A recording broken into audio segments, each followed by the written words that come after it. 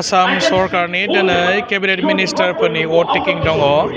आरो गोबां मानसिया सोंदों बिपिएफनिफ्राय मिनिस्टार मोनबावगोन नामा होनना जोंनि हाग्रामा सारा मोनसे खोथा बुंगासिनो दङ मिनिस्टार मोननाया गिदिर खोथा नङा खिन्थु बिटिसि डेभेलप खालामनांगौ बिटिसिआसो डेभेलप जानांगौ जोंनि पिटिसिआ माने स्ट्रं जानांगौ बे खोथाखौसो बुंगासिनो दं हाग्रामा सारा आरो जोंनि बिपिएफ हान्जानिफ्राय मिनिस्टार दाबियाखै दासिम गावसोर जुदि एलायन्सआव थानाय हिसाबै मिनिस्टार होयोब्ला बे आलदा खोथा होननानै जोंना चिफ सारा बुंगासिनो दङ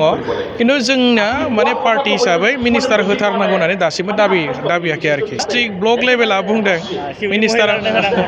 ना होबाथ' बयबो जों वेलकाम खालामगोन मेडामनो खिन्थु माने सेन्ट्रेलनिफ्राय चिफ सारा बुंगासिनो दङ जे जोंनि हाइकमान्डआ बुंगासिनो दङ जे मिनिस्टार होथारनांगौ होननानै जोंनिफ्राय दासिमबो दाबिथ'वाखै होननानै बुंदों आरो सारनि साननाया मा जे जोंनि बिटिसिखौ डेभेलप खालामनाय आरो बिटिसिखौ गोख्रों खालामनाया जोंनि थांखि होननानै जोंनि चिफ सारा बुंगासिनो दङ आरो आङो सानो माने आरोबावथ' मिनिस्टार होबावगोन सेकेन्ड फेजआव बावहाय बिपिएफनिफ्राय जोंनि सोरबा सासेबाबो मोनगोन बे खोथाखौ सानो आरो